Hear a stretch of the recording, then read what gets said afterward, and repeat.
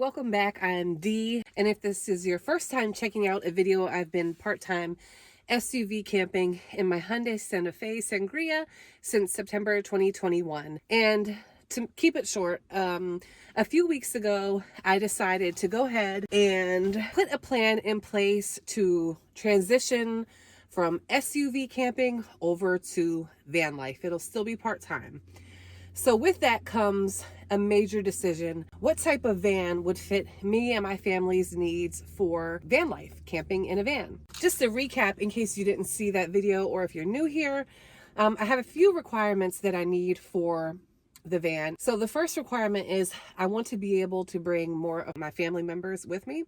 So right now, my setup is for a solo car camper. I can also bring my son, who's 9 years old, but he is getting very, very tall. And so this setup soon will not accommodate us both. So I would like to bring more family. The thing I want to accomplish with this van primarily is to be able to bring more of my family members with. I have 2 grown adult daughters, and I would like to be able to accommodate at least 3, possibly 4 people when I go camping in a van. Because this SUV, let's face it, it's just not going to accommodate 3 to 4 people comfortably, at least. So as you can see, this is my current setup. Right now I have it in solo mode, where this is my bed right here. I push this chair way up and it sleeps me perfectly. And then when I bring my son, what I do is I just fold this down, and then I have a piece of wood that I just put in here as a platform so that he can come too. My husband, however, is 6'5". He's not going to fit in here. So I've been looking at several different options as far as vans go. And the van that I do purchase, my budget is very slim. I have a very low budget for purchasing the van and building out the van, because I do plan on keeping my Hyundai Santa Fe as my everyday driver car. And then the van will be meant for solely camping, van life. So the first one that I've been really considering, that I found, it's at a decent price point, it fits my extremely low budget, is a 2000 GMC Savannah 1500. It was formerly a passenger van, and it has a little bit of an extended roof. It's not like one of those super high roofs. Maybe it's like a medium roof. So I know I could stand in it.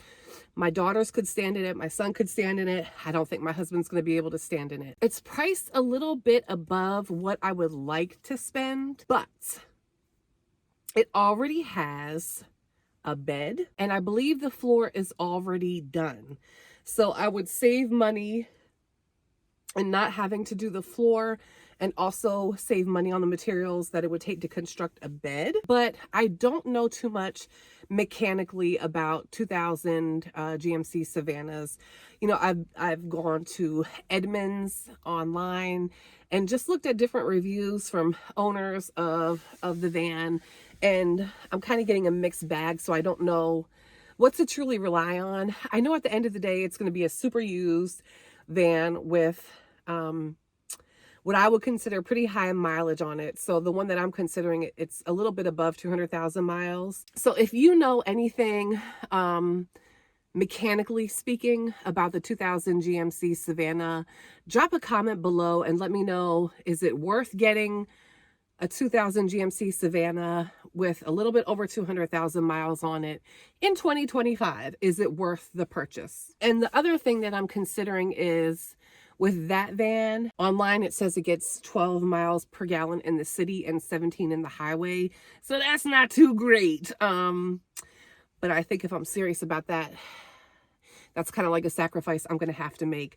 Having a bigger vehicle, of course, means higher, low, not as good gas mileage. The second van that I've been considering that I saw is a 1998 Astro van. It has right around 260,000 miles on it. It's priced a little bit below what I have set aside, or what I'm considering for a budget to purchase the actual van. And that one online, it says it gets about 17 city and I think 23 on the highway.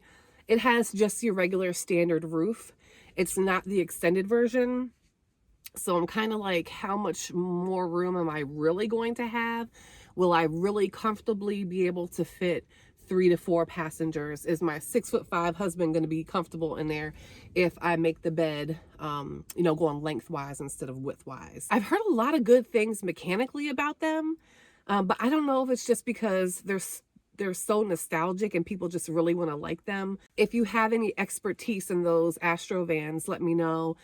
Drop me a comment. How are they maintenance wise? In 1998, let's see, I think I was 18 years old in 1998. Yeah, so it's quite old. It's an older vehicle, but old doesn't always mean bad. Because I'm getting old and I don't think I'm bad, but that's a different story. I'm showing a little bit of wear and tear.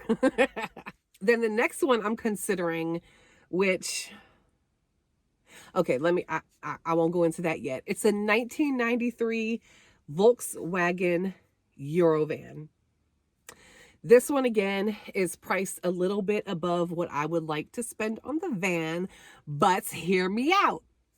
It has a floor that, according to the pictures, looking at the pictures, has been beautifully done. So, and it looks like it's not too old. It's in good condition. So that's something I wouldn't have to spend money on. Also, the version of this Eurovan, I think it's the MMV version, it already has a bed in it. So I think once you flip down those back seats, it's a queen size bed. So hear me out. When I'm driving, 2 of the seats have been removed.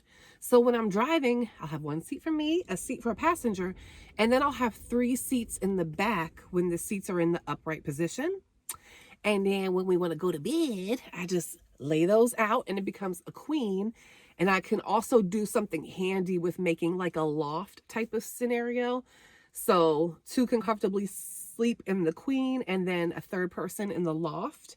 Now, of course, nobody's going to be able to stand up in it. Maybe for my son for a short bit of time, he'll be able to stand in it. But again, mechanically, I see a lot of mixed reviews with those. And I don't want to jump head over heels with making that decision to get the Eurovan, although it only has like around 170,000 miles on it. But I don't want to it's so cute. It's so cute. Like, I don't want to let the cuteness of it and like the iconicness of it cloud my judgment when I go to purchase a van. So again, I know I'm asking y'all every single time, but if you know anything about mechanically wise, the 1993 Volkswagen Eurovan MV trim, it has around 170,000 miles. It's not perfect cosmetically. It needs some things cosmetically on the outside. But it seems to be okay as far as mechanically from what I've seen. And I think that matters more. Long term, that's going to matter more. I can take care of some things on the cosmetic end on the outside myself. So yeah, so that's where I'm at. I've also considered the versions of the Ford, like E150, E250, E350. I like those a lot. Again, I'm not going to get the best gas mileage on those, but that's a sacrifice I'm going to have to make if I want to be able to fit my family. Going back to the Eurovan. So I think on average, combined city and highway, they should get around 17 to 18 miles per gallon. So not as bad as the Savannah and as like a Ford E150, E250, or E350. Plus, I've seen that those Fords, they really rust, man. Most of the ones that I'm seeing that are in my price range are super rusty. And I've never, I don't have any experience doing any type of rust work. So yeah, I don't be driving down and then my whole build fall down because it's so rusted out. What are your thoughts? And by the way, I've been trying to find these vehicles, mostly not at dealerships, but from private sellers. So I've been looking on Facebook Marketplace. I've had a lot of success there in trying to find vehicles that fit my budget. Craigslist, I've been looking there, haven't found much because I think nowadays or in my area anyway, it's mostly dealers that are advertising the cars there, and I'm not finding many good deals. And then I'm looking at websites like cargirls.com and AutoTrader. So if there are any other ways that that you would recommend searching for a a vehicle from a private seller, can you drop it down there in the comments? Let me know, because I don't know everything. I could be missing like a really good popular one that's out there and I just don't know. So if you know anything mechanically about any of these vans that I've mentioned, or where I can find decently priced used cars from private sellers, or if there's a van that I just have not mentioned and is really great mechanically, like they're mechanically sound, traditionally really, sound vehicles, drop a comment, let me know. I'd love to hear your feedback. So that's what I've been up to. At the end of this video, I'm going to drop a few clips of my trip down to Savannah, Georgia. I took my youngest daughter back to college for her senior year. So she only has 2 more semesters, whatever, and she'll be done with college.